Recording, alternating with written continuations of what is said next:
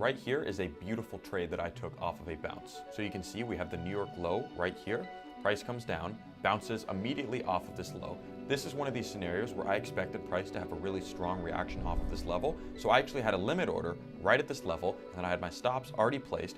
Bam, got in the trade, got out, made a few $1,000s on that trade. Here's another example of a beautiful trade that I took off of a bounce. So this was a trade that I took off of a New York low right here. I took that bounce, bam, got out right around the New York high. Now on to the next type of setups, rejections. Rejections are simply the opposite of bounces. They're when price rejects off of a high, which is where we look for shorts. Here's a really nice trade that I took off of a rejection of this New York high right here. I want you to understand why I took it off of this high, not off this high.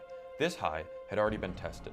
When a level is tested, it still can be strong, but the untested levels will always be the strongest levels. I recognize that, so that's why I had my order placed around this high and not these highs. Here's another trade that I took off of a rejection of a New York high right here. And remember guys, I am not trying to catch this entire move. Some people like to catch super big moves, and I do that sometimes, but my main goal is to catch a nice move early in the day and then get out and go live my life.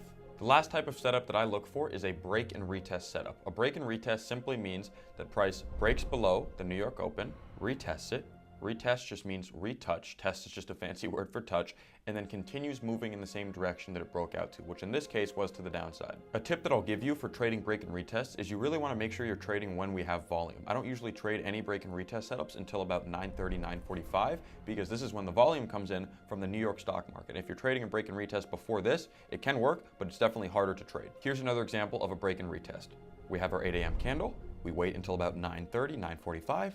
Price breaks out, we get a retest, price continues moving in the same direction that it broke out to, which in this case was to the upside. I had my take profit set right around this New York high, got out for a nice risk to reward of 1 to 3.5. I'm usually risking around $1,000, sometimes $2,000. On this trade I was risking $1,000, so I ended up making about $3,500 on this trade. To calculate your risk reward, times your risk by your potential reward, right? So I was risking 1,000, I made money, so I made, technically $3,480. If I would have lost, it would have just been a 1, so I would have lost $1,000.